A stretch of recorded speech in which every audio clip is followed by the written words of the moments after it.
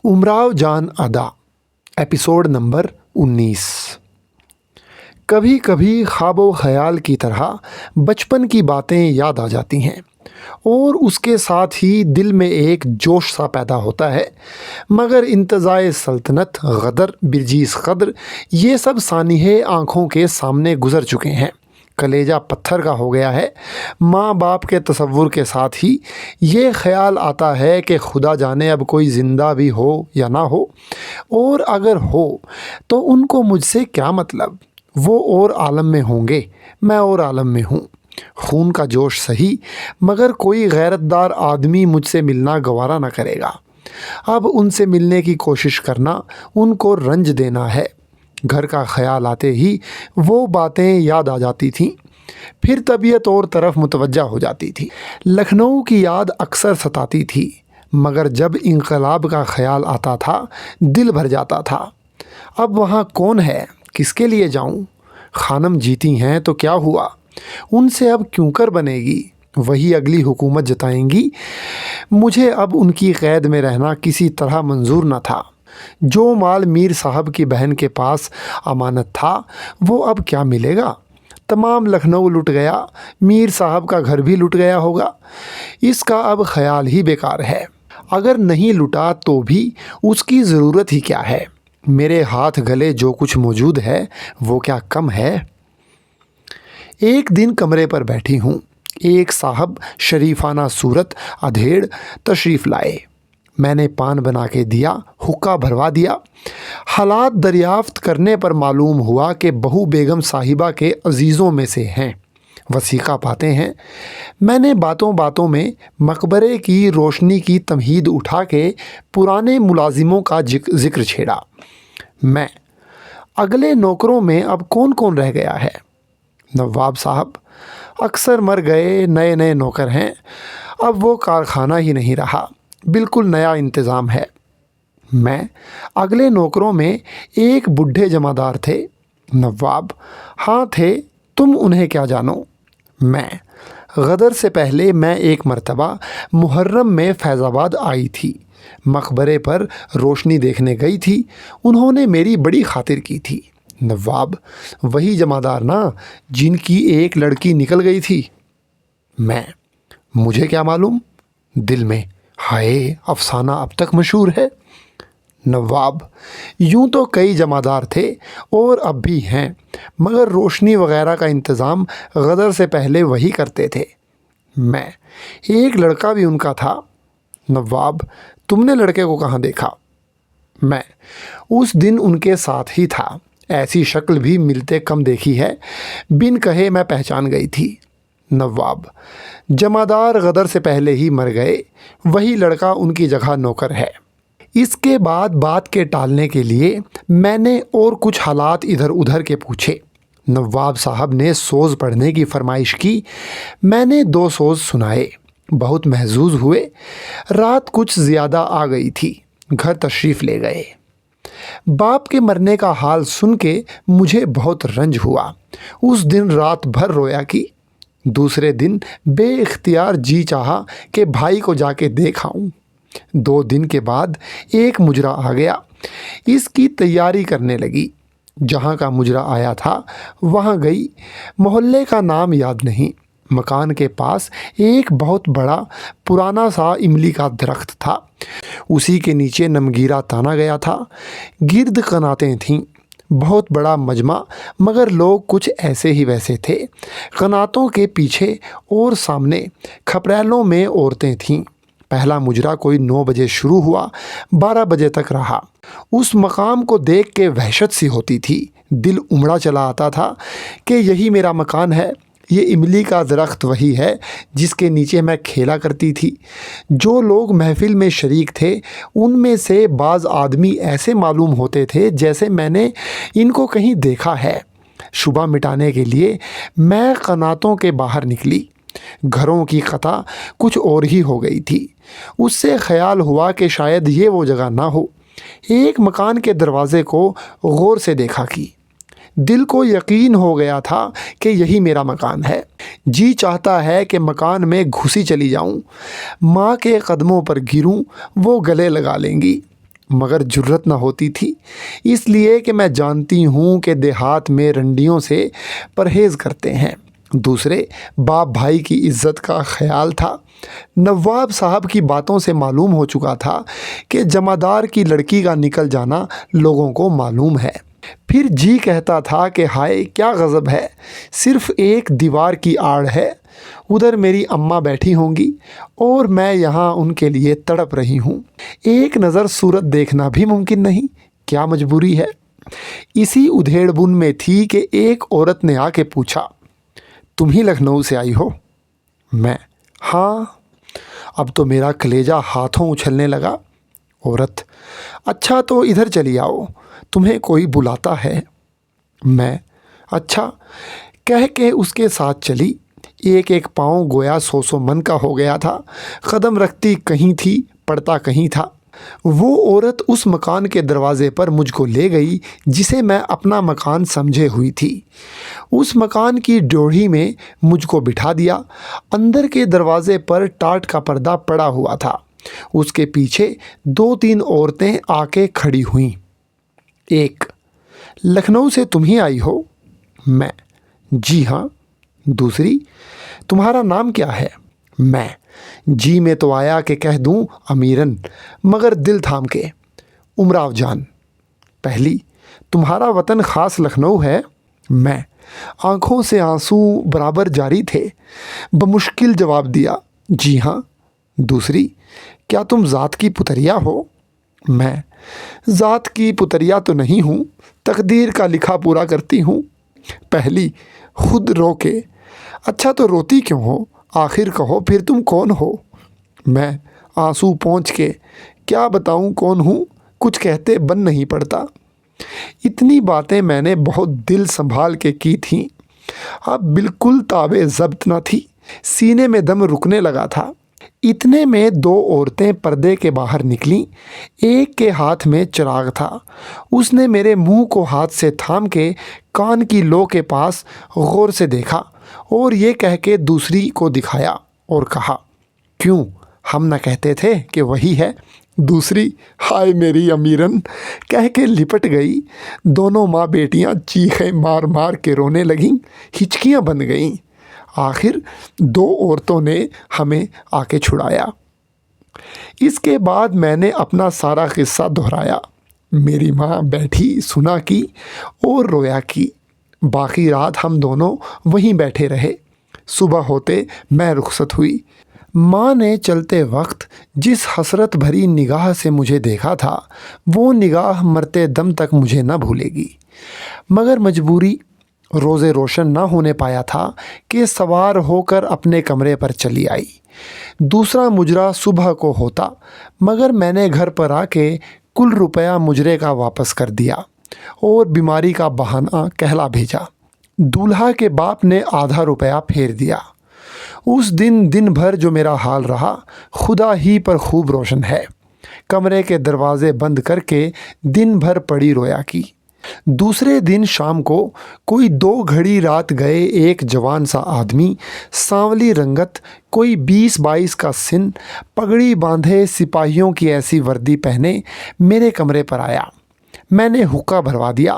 पानदान में पान न थे। मामा को बुला के चुपके से कहा, पान ले आओ। इत्तेफाक से और कोई भी उस वक्त ना था। कमरे में मैं हूँ और वो है। जवान, कल तुम ही मुजरे को गई थी? ये इस तेवर से कहा कि मैं झिझक गई। मैं, हाँ। इतना कह के उसके चेहरे की तरफ जो देखा, ये मालूम होता था जैसे आंखों से खून टपक रहा है। जवान, सर नीचा करके, खूब घराने का नाम रोशन किया। मैं, आप समझी कि ये कौन शख्स है? इसको तो खुदा ही जानता है। जवान, हम तो समझे थे तुम मर गई, मगर तुम अब तक जिंदा हो। मैं, बेगैरत ज़िंदगी थी, ना मरी, खुदा कहीं जल्द मौत दे। जवान, बेशक इस ज़िंदगी से मौत लाख दर्जा बेहतर थी। तुम्हें तो चुल्लू भर पानी में डूब मरना चाहिए था, कुछ खा के सो रहती। मैं, खुद इतनी समझ न थी, ना आज तक किसी ने ये नेक सलाह दी थी। जवान, अगर ऐसी ही गैरतदार होती तो इस शहर में कभी ना आती और आई भी थीं तो तुम्हें इस मोहल्ले में मुजरे को ना आना था जहाँ की रहने वाली हो। मैं, हाँ इतनी ख़ता ज़रूर हुई, मगर मुझे क्या मालूम था। जवान, अच्छा अब तो मालूम हो गया। मैं, अब क्या होता है। जवान बहुत ही गुस्सा होके, अब क्या होता है, अब क्या होता है।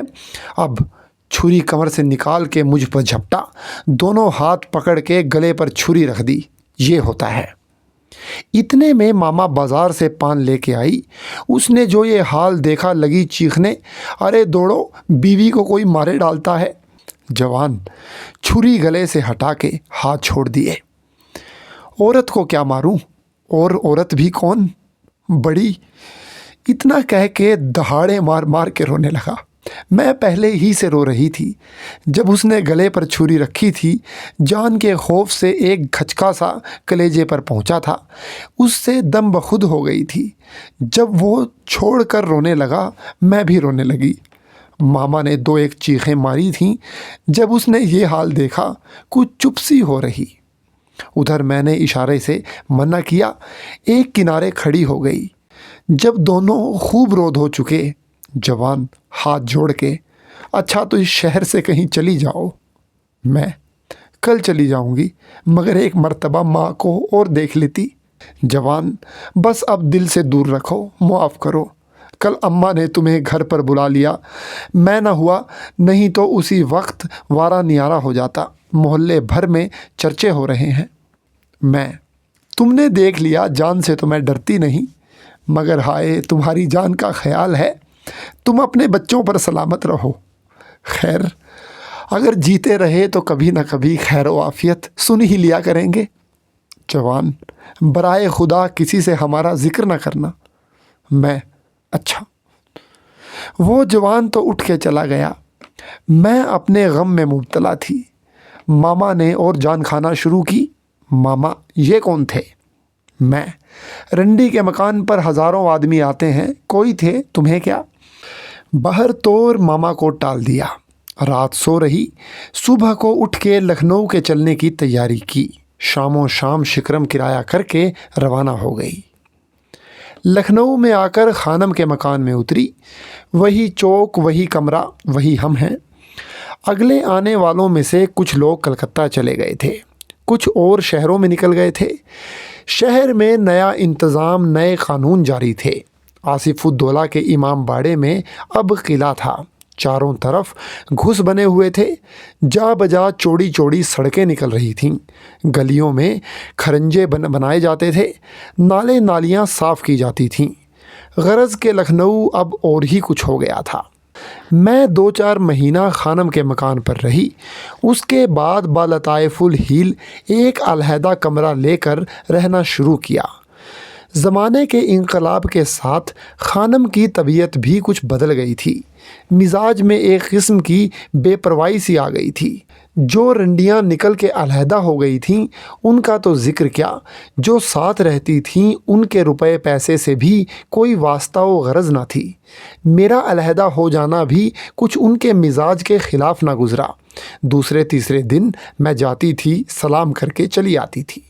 उसी ज़माने में नवाब महमूद अली ख़ां साहब से मुझसे तपाक बढ़ा। पहले कुछ दिनों तशरीफ़ लाया किए, फिर नौकर रखा। उसके बाद मुझे पाबंद करना चाहा। भला मुझसे कब हो सकता था कि लखनऊ में रहूं और क़दीम मिलने वालों से मुलाकात तर्क कर दूं। जब मैंने नवाब साहब की तबीयत का ये रंग देखा तो तर्के ताल्लुक़ करना चाहा। नवाब साहब ने अदालत में दावा दायर कर दिया कि मुझसे निकाह है। अजब आफत में जान फंसी। मुकदमे की पैरवी में हज़ारों रुपया सर्फ हुए। अदालत इब्तदाई में फ़ैसला नवाब साहब के मुवाफिक हुआ। अब मुझे रूपोश होना पड़ा। मुद्दतों छिपी छिपी फिरी। वकील की मार्फत अपील की। अपील में नवाब साहब हारे। अब नाजायज़ धमकियां देना शुरू की, मार डालूँगा, नाक काट लूँगा। इस ज़माने में मुझको जान की हिफाजत के लिए 10-12 आदमी लठबंद नौकर रखना पड़े। जहाँ जाती हूँ आदमी फीनस लिए साथ हैं। नाक में दम हो गया। आखिर मैंने फ़ौजदारी में मुचलके का दावा किया। गवाहों से साबित करा दिया कि नवाब साहब बेशक दरपे आज़ार हैं। حاکم نے نواب صاحب سے مچلکا لے لیا۔ اب جا کے جان چھوٹی۔ 6 برس تک ان مقدموں میں پھنسی رہی، خدا خدا کر کے نجات ہوئی۔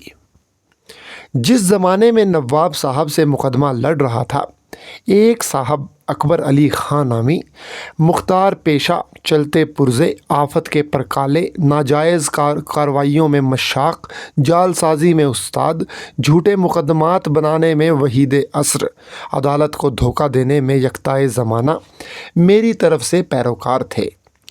ان کی وجہ سے عدالتی کاموں میں بہت مدد ملی۔ حق تو یہ ہے کہ اگر وہ نہ ہوتے، نواب سے سربر نہ ہوتی۔ اگرچہ سچا واقعہ یہ ہے کہ نواب صاحب سے اور مجھ سے نکاح نہ تھا، مگر عدالتوں میں اکثر سچی بات کے لیے بھی جھوٹے گواہ پیش کرنا پڑتے ہیں۔ فریق ثانی کی طرف سے بالکل جھوٹا دعویٰ تھا، لیکن مقدمہ اس سلیقے سے بنایا گیا تھا کہ کوئی صورت مفر کی نہ تھی۔ نکاح کے ثبوت میں 2 مولوی پیش کیے تھے، جن کے ماتھوں پر گھٹے پڑے ہوئے، بڑے بڑے عمامے سر پر، عبائیں زیب دوش، ہاتھوں میں کنٹھے، پاؤں میں کفشیں، بات بات میں قال اللہ و قال رسول۔ ان کی صورت دیکھ حاکم عدالت کیا، کسی نیک نیت آدمی کو کذب و دروغ کا شبہ بھی نہ ہو سکتا تھا۔ ان میں سے ایک بزرگ ناکح کے وکیل بنے تھے اور ایک منکوحہ کے، مگر پھر حق حق ہے اور ناحق ناحق، جرح میں بگڑ گئے۔ نواب کے اور گواہان سے زیادہ بگڑے، اور انہی گواہوں کی گواہی کی وجہ سے نواب اپیل ہار گئے۔ فوجداری میں میری طرف سے جو گواہ پیش کیے گئے تھے، وہ سب اکبر علی کے بنائے ہوئے تھے، بالکل نہ بگڑے۔ اکبر علی خان کی آمد و رفت میرے مکان پر بہت زمانے تک رہی۔ انہوں نے میرے ساتھ پورا حق دوستی ادا کیا، ایک حبہ نہیں لیا، بلکہ اپنے پاس سے بہت کچھ صرف کیا۔ واقعی ان کو میرے ساتھ ایک قسم کی محبت تھی۔ میرا ذاتی تجربہ یہ ہے کہ برے آدمی بھی بالکل برے نہیں ہوتے، کسی نہ کسی سے بھلے ضرور ہو جاتے ہیں۔ اگلے زمانے کے چوروں کی نسبت آپ نے سنا ہوگا کہ جب کسی سے دوستی کر لیتے تھے تو اس کا پورا نباہ کرتے تھے۔ بغیر کسی قدر بھلائی کے زندگی بسر نہیں ہو سکتی۔ جو شخص سب سے برا ہو وہ کسی کا ہو کے رہے گا۔ جب تک نواب سے مقدمہ ہوتا رہا، میں کسی اجنبی شخص کو اپنے پاس نہ آنے دیتی تھی، مبادا اس کا بھیجا ہوا خفیہ خبر لینے آیا ہو اور کسی طرح کا نقصان پہنچائے۔ اکبر علی خان ایک مرتبہ صبح کو کچہری سے پلٹ کے یہیں آتے تھے، شام کو یہیں نماز پڑھتے تھے، گھر سے کھانا آتا تھا۔ ہر چند میں نے اصرار کیا کہ مکان سے کھانا منگوانے کی کیا ضرورت، مگر انہوں نے نہ مانا۔ آخر مجبور ہو کے چپ ہو رہی۔ میرے گھر کے کھانے سے انکار بھی نہ تھا، میں بھی انہی کے ساتھ کھانا کھایا کرتی تھی۔ اس زمانے میں بھی نماز کی پابند ہو گئی تھی۔ اکبر علی خان کو تعزیہ داری سے عشق تھا۔ رمضان اور محرم میں وہ اس قدر نیک کام کرتے تھے جس سے ان کے سال بھر کے گناہوں کی تلافی ہو جاتی تھی۔ یہ صحیح ہو یا غلط، مگر ان کا اعتقاد یہی تھا۔ رسوا، یہ معاملہ ایمان کا ہے، اس لیے مجھے اتنا کہہ لینے دیجیے کہ یہ اعتقاد صحیح نہیں ہے۔ امراؤ، میرے نزدیک بھی ایسا ہی ہے۔ رسوا، عقل مندوں نے گناہوں کی 2 قسمیں کی ہیں، ایک وہ جن کا اثر اپنی ہی ذات تک رہتا ہے، اور دوسرے وہ جن کا اثر دوسروں تک پہنچتا ہے۔ میری رائے ناقص میں پہلی قسم کے گناہ صغیرہ اور دوسری قسم کے گناہ کبیرہ ہیں، اگرچہ اور لوگوں کی رائے اس سے خلاف ہو۔ جن گناہوں کا اثر دوسروں تک پہنچتا ہے ان کی بخشش وہی لوگ کر سکتے ہیں جن پر ان کا اثر پہنچا ہو۔ تم نے خواجہ حافظ کا یہ شعر سنا ہوگا: میں خرد و مصف بسوزد آتش اندر کعبہ زن، ساکن بت خانہ باش و مردم آزاری مکن۔ امراؤ جان، یاد رکھو، مردم آزاری بہت ہی بری چیز ہے، اس کی بخشش کہیں نہیں ہے، اور اگر اس کی بخشش ہو تو معاذ اللہ خدا کی خدائی بیکار ہے۔